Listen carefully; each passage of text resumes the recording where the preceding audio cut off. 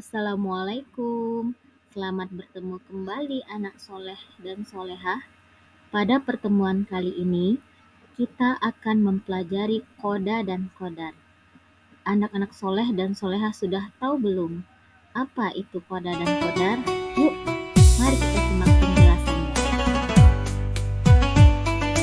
Selanjutnya, kita masuk kepada pengertian qoda.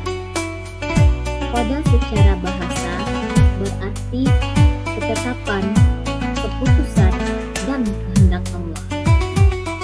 Pengertian qada secara istilah artinya ketetapan Allah yang telah tercatat di Lauhul Mahfuz sejak zaman azali.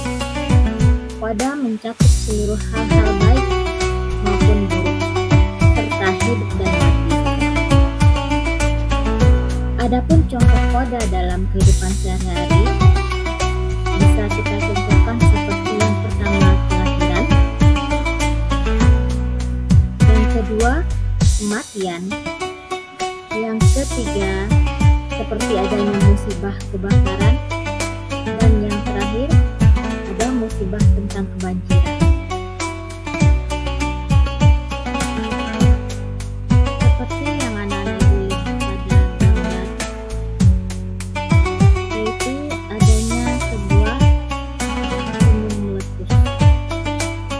Semua itu terjadi atas kehendak dan kuasanya Allah, dan tidak ada satupun makhluk yang bisa melakukannya kecuali Allah.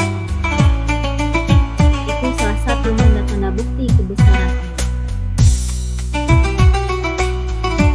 Kemudian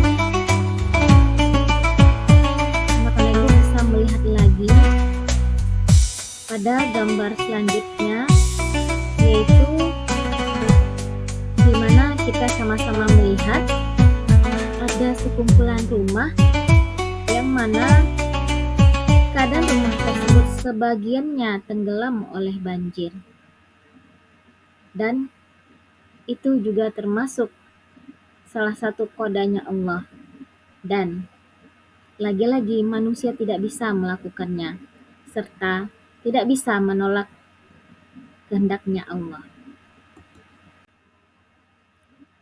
Kemudian kita masuk kepada pengertian qadar. Qadar secara bahasa berarti ketetapan yang telah terjadi. Pengertian qadar secara istilah artinya ketetapan atau keputusan Allah yang memiliki sifat maha kuasa atas segala ciptaannya. Adapun contoh qadar bisa kita lihat bersama-sama. Yang pertama, seseorang bisa meraih cita-cita karena berkat usahanya rajin belajar. Yang kedua, seseorang bisa memperoleh penghasilan yang cukup serta dapat memenuhi kebutuhan hidupnya sehingga dia bisa hidup layak karena dia sangat rajin, sangat ulet, sangat terampil di dalam pekerjaannya. Yang ketiga, seseorang yang sedang sakit, dia berusaha untuk pergi berobat, yang mana tujuannya agar seseorang tersebut bisa sembuh dari penyakitnya. Dan yang terakhir, seseorang bisa juara lomba karena giat berlatih. Kemudian mengenai qadarnya Allah, kita bisa melihat juga pada gambar tersebut, yang mana di sana ada 2 orang anak laki-laki yang sedang memakai pakaian toga atau pakaian wisuda. Hal itu dapat mereka raih karena berkat kegigihannya dialah bisa melewati semua proses pendidikan mulai dari tahap awal sampai akhirnya seseorang tersebut memperoleh sebuah gelar sarjana, yang mana Dengan gelar yang diperolehnya tersebut, diharapkan nanti seseorang itu bisa mendapatkan atau memperoleh sebuah pekerjaan yang sesuai dengan apa yang telah dicita-citakannya. Selanjutnya, kita masuk pada dalil qada dan qadar yang terdapat dalam Quran surat Al-Mursalat ayat 23 yang berbunyi, A'udzu billahi minasyaitonir rajim. Bismillahirrahmanirrahim. Ila qadarin ma'lumin faqaddarna fa ni'mal qadirun. Shadaqallahul azim. Artinya, sampai batas waktu yang telah ditentukan, maka kami menetapkannya dan kami adalah sebaik-baik yang menetapkan.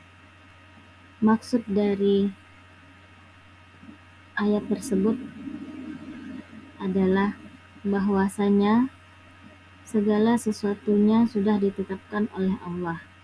Jadi, kita sebagai manusia hanya bisa menerima apa yang telah ditetapkan dan ditentukan oleh Allah.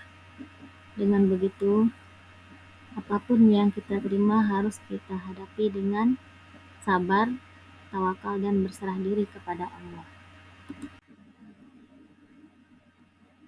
Perbedaan qada dan qadar. Qada adalah ketetapan Allah yang tidak dapat diubah lagi oleh makhluknya.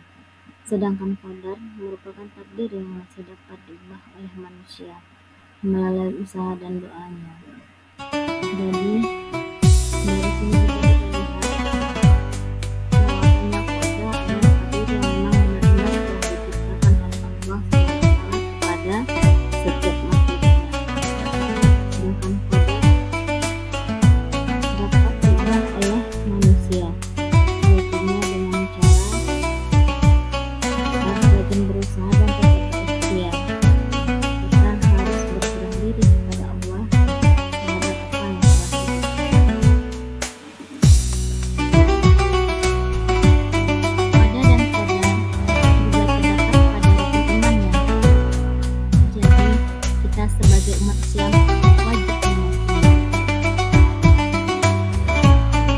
Adapun hikmah yang dapat kita ambil dari qada dan qadar adalah qada dan qadar bisa menjadikan kita sebagai seorang muslim dan muslimah yang selalu tetap bertawakal dan berserah diri kepada Allah SWT, yaitu dengan cara menerima segala ketentuan Allah dengan kesabaran serta menjauhkan diri dari sifat sombong.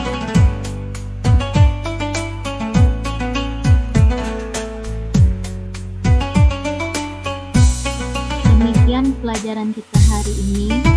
Semoga kita bisa mengambil manfaat serta menjadikan kita seorang muslim yang taat serta beriman kepada Allah